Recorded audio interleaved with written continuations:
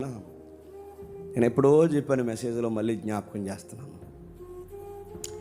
ఏ రోజు మానవాళ్ళందరికీ రిప్రజెంట్గా ఉన్నాడంట. ఏ రోజు ప్లేస్లో నువ్వున్నా అలా చేస్తావు, ఏ రోజు ప్లేస్లో నేనున్నాలనే చేస్తాను. మనందరి పక్షాన వాడు మన కోపాన్ని వ్యక్తీకరిస్తున్నాడు.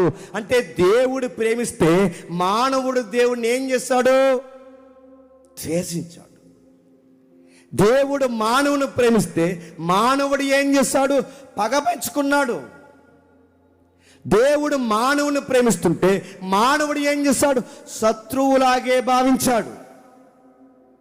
సృష్టికర్త అయిన వాడు తనలాగే తగ్గించుకుని మానవుని దగ్గరికి వస్తే ఈ మానవుడి కోరిక ఏంటో తెలుసా? నువ్వు ఇంకా నాకు శత్రువే, నేను ఇంకా నిన్ను శత్రువుగానే భావిస్తున్నాను, శత్రువైన నిన్ను నేను చంపాలన్నట్టుగానే మానవుడే వ్యవహరించాడు. అందుకే వాడు చేసే పని ఏంటో చూడండి, సిలువ వేయము, సిలువ వేయము, సిలువ వేయము. వాళ్ళ కేకలు ఎందుకు అలా వస్తుంది చెప్పండి? మానవుని గుండెల్లో ఉన్న కోరిక ఏంటి చెప్పిన? దేవుణ్ణి చెప్పండి చంపేయాలి, దేవుణ్ణి చంపేయాలి. వాడి కోరిక అది. మానవుని కోరిక తృష్టమైన కోరిక, బలమైన కోరిక.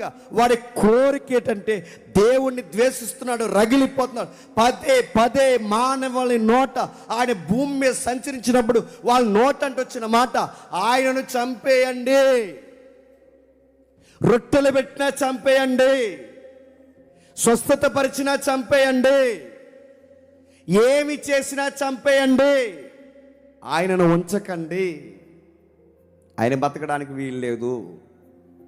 మాకు కళ్ళు ఇచ్చినా చంపేయండి, మాకు నోరిచ్చినా చంపేయండి, మాకు స్వస్థపరిచినా చంపేయండి, మమ్మల్ని ఏం చేసినా చంపేయండి. మానవుడికి తెలుసో తెలియకో వాడి గుండెల్లో రగిలిపోతున్న అతి భయంకరమైన అగ్ని జ్వాలల లాంటి కోరిక చంపేయాలను.